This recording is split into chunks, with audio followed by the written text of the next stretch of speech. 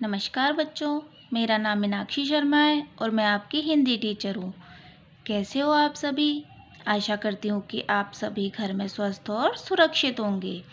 आज मैं आपको आपकी पाठ्य पुस्तक बसंत भाग 2 का 12वां पाठ कंचा पढ़ाऊँगी। यह पाठ टी पद्मनाभन के द्वारा लिखा गया है। इसमें देखो ये गोलियां है ना, ये आपने बचपन में सभी ने देखी होंगी, खेलते भी होंगे। कांच की छोटी छोटी गोलियां रंग बिरंगी, ये क्या होते हैं? कंचा। इसी के बारे में बताया गया है। तो बच्चों आइए इस कहानी को पढ़ते हैं। वह नीम के पेड़ों की घनी छांव से होता हुआ सियार की कहानी का मजा लेता आ रहा था। हिलते डुलते उसका बस्ता दोनों तरफ झूमता खनकता था। एक बच्चा था जो पेड़ों की घनी छांव से एक सियार और कौवे की कहानी को आनंद लेता हुआ आ रहा था। उसके बैग में, उसके पीछे कंधे पे बैग लटक रहा था। उसमें कभी स्लेट, कभी छोटी शीशी से टकराती तो कभी पेंसिल से। उसमें जो सामान पड़ा हुआ था ना, तो वो एक दूसरे से टकराते हुए आवाज़ें कर रहे थे। यूँ तो वे सब बस्ते के अंदर टकरा रहे थे, मगर वह ना कुछ सुन रहा था ना कुछ देख रहा था। लेकिन जो बच्चा था वो अपने दिमाग मतलब उस कहानी के आनंद में इतना मग्न था कि उसे उनकी कोई आवाज़ सुनाई नहीं पड़ रही थी और ना कुछ दिखाई दे रहा था। उसका पूरा ध्यान कहानी पर केंद्रित था। कैसी मज़ेदार कहानी कौवे और सियार की। सियार कौवे से बोला, प्यारे कौवे, एक गाना गाओ ना, तुम्हारा गाना सुनने के लिए तरस रहा हूँ। कौवे ने गाने के लिए मुंह खोला तो रोटी का टुकड़ा जमीन पर गिर पड़ा। सियार उसे उठाकर 9-2-11 हो गया। वह जोर से हंसा, बुद्धू कौवा। वह चलते चलते दुकान के सामने पहुंचा। वहाँ अलमारी में कांच के बड़े बड़े जार कतार में रखे थे। वहाँ पे एक दुकान थी, उसमें कांच के बड़े बड़े जार रखे हुए थे लाइन से। उनमें चॉकलेट, पिपरमेंट और बिस्किट भरे हुए थे। उसकी नज़र उनमें से किसी पर भी नहीं पड़ी। क्यों देखे? उसके पिताजी उसे ये चीज़ें बराबर ला देते हैं। उसके पिताजी उसके लिए ये चीज़ें लाते रहते थे, तो उसकी निगाह उन पर नहीं गई। फिर भी एक नए जार ने उसका ध्यान आकृष्ट किया, उसका ध्यान खींचा। उस जार में क्या था? वह कंधे से लटकते बस्ते का फीता एक तरफ हटाकर उस जार के सामने खड़ा टुकुर टुकुर ताकता रहा, देखता रहा। नया नया लाकर रखा गया है। उससे पहले तो उसने वह चीज़ यहाँ नहीं देखी है। पूरे जार में कंचे हैं। उसमें क्या भरा हुआ था? कंचे। और उसकी ओर एकदम उसका ध्यान चला गया। हरी लकीर वाले बढ़िया सफ़ेद गोल कंचे, बड़े आंवले जैसे होते ना, कितने खूबसूरत हैं। अब तक ये कहाँ थे? शायद दुकान के अंदर। अब दुकानदार ने दिखाने के लिए बाहर रखा होगा। उसके देखते देखते जार बड़ा होने लगा, अर्थात उसमें वो क्या है, वो कंचों की दुनिया में खो गया। वह आसमान सा बड़ा हो गया, तो वह भी उसके भीतर आ गया। वह उसकी कंचों की दुनिया में पहुंच गया। वहाँ और कोई लड़का तो था नहीं, फिर भी उसे वही पसंद था। छोटी बहन के हमेशा के लिए चले जाने के बाद वह अकेला ही खेलता था।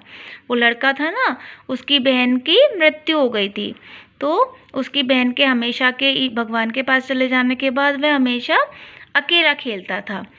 वह कंचे चारों तरफ बिखेरता और मज़े में खेलता रहता। तभी एक आवाज़ आई, लड़के, तू उस जार को नीचे गिरा देगा। वह चौंक उठा, तो दुकानदार देख रहा था ना, तो वो बोला, अरे तू इस जार को तो नीचे गिरा देगा। तो वो एकदम चौंक गया।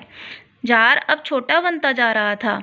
छोटे जार में हरी लकीर वाले सफ़ेद गोल कंचे, छोटे आंवले जैसे। सिर्फ 2 जने वहाँ हैं, वह और बूढ़ा दुकानदार। दुकानदार के चेहरे पर कुछ चिड़चिड़ाहट थी। मैंने कहा ना, जो चाहते हो वह मैं निकाल कर दूं। वह उदास हो अलग खड़ा रहा। क्या कंचा चाहिए? दुकानदार ने जार का ढक्कन खोलना शुरू किया। उसने निषेध में सिर हिलाया। निषेध माने मना करने की मुद्रा में सिर हिलाया। तो फिर सवाल खूब रहा, क्या उसे कंचे चाहिए? क्या चाहिए? उसे खुद मालूम नहीं। जो भी हो, उसने कंचे को छूकर देखा। जार को छूने पर कंचे का स्पर्श करने का एहसास हुआ। तो उसने क्या, कंचे से भरा हुआ जो जार था ना, कांच का बर्तन, उसको छूकर देखा तो उसे ऐसा लगा जैसे वो कंचे को ही छू रहा है। अगर वह चाहता तो कंचा ले सकता था, लिया होता तो।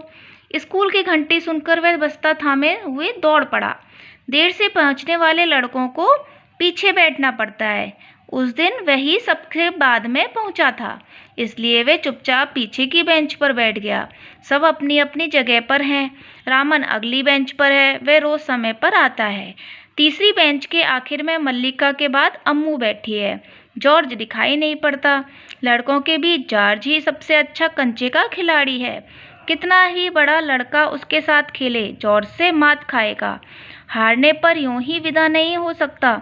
हारे हुए को अपनी बंद मुट्ठी जमीन पर रखनी होगी, तब जॉर्ज कंचा चलाकर बंद मुट्ठी के जोड़ों की हड्डी तोड़ेगा। जॉर्ज क्यों नहीं आया? अरे हाँ, जॉर्ज को बुखार है ना।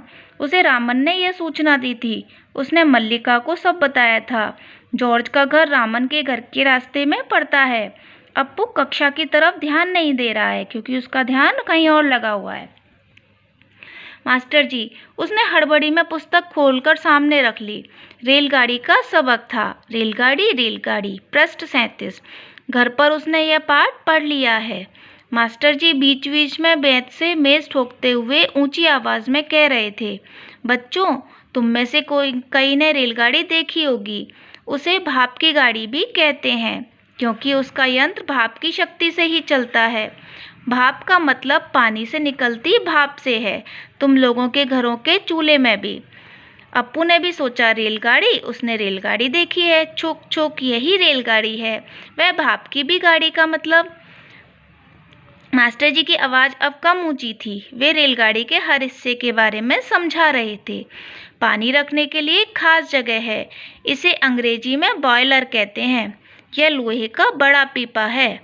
लोहे का एक बड़ा कांच का जार, उसमें हरी लकीर वाले सफ़ेद गोल कंचे, बड़े आंवले जैसे। जॉर्ज जब अच्छा होकर आ जाएगा तब उससे कहेगा। उस समय जॉर्ज कितना खुश होगा। सिर्फ वे दोनों खेलेंगे। वो उसका दिमाग कंचों में लगा हुआ था और किसी को साथ खेलने नहीं देंगे। उसके चेहरे पर चौक का टुकड़ा आ गिरा।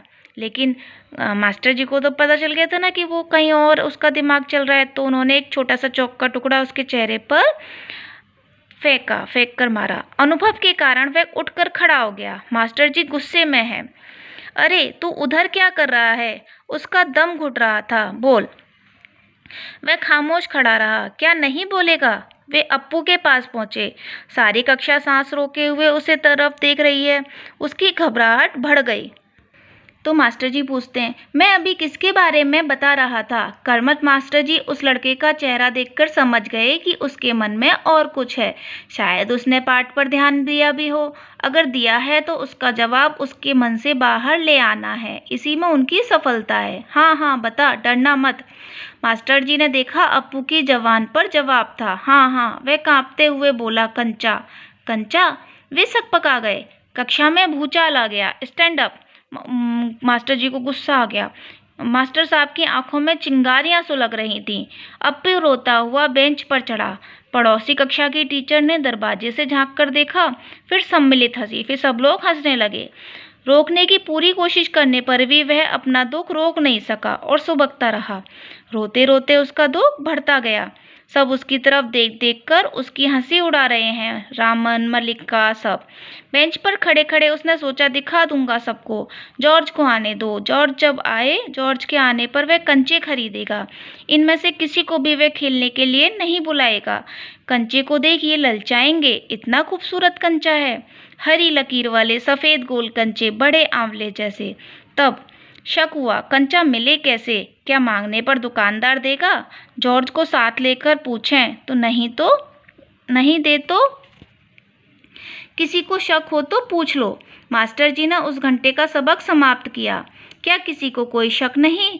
अप्पू की शंका अभी दूर नहीं हुई थी। वह सोच रहा था, क्या जॉर्ज को साथ ले जाने पर दुकानदार कंचा नहीं देगा?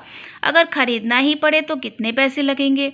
मास्टर जी तो रेलगाड़ी का पाठ पढ़ा रहे थे और अप्पू का दिमाग कहाँ चल रहा था? कंचों में। रामन ने मास्टर जी से सवाल किया और उसे उस सवाल का जवाब भी मिल गया। अम्मड़ी ने शंका का समाधान कराया। जिनको कोई प्रॉब्लम हो रही थी ना, वो अपने गुरुजी से उस समस्या का समाधान करवा रहे थे जो समझ में नहीं आया था। कई छात्रों ने यह दोहराया। अप्पू क्या सोच रहे हो? मास्टर जी ने पूछा। पूछ लो ना, शंका क्या है? तो कह रहे हैं कि तुम्हें जो समझ में नहीं आया उसे पूछ लो। शंका जरूर है। क्या जॉर्ज को साथ ले चलने पर दुकानदार कंचे देगा? नहीं तो कितने पैसे लगेंगे? क्या 5 पैसे में मिलेगा, 10 पैसे में? क्या सोच रहे हो? पैसे? क्या? कितने पैसे चाहिए? किसके लिए? वह कुछ नहीं बोला। हरी लकीर वाले सफ़ेद गोल कंचे उसके सामने से फिसलते गए। मास्टर जी ने पूछा, क्या रेलगाड़ी के लिए? उसने सिर हिलाया। बेवकूफ़, रेलगाड़ी को पैसे से खरीद नहीं सकते। अगर मिले तो उसे लेकर क्या करेगा? तो बच्चों, आज मैं आपको इतना ही पढ़ाऊंगी। इससे नेक्स्ट वीडियो में हम इस कहानी का शेष पाठ करेंगे। धन्यवाद।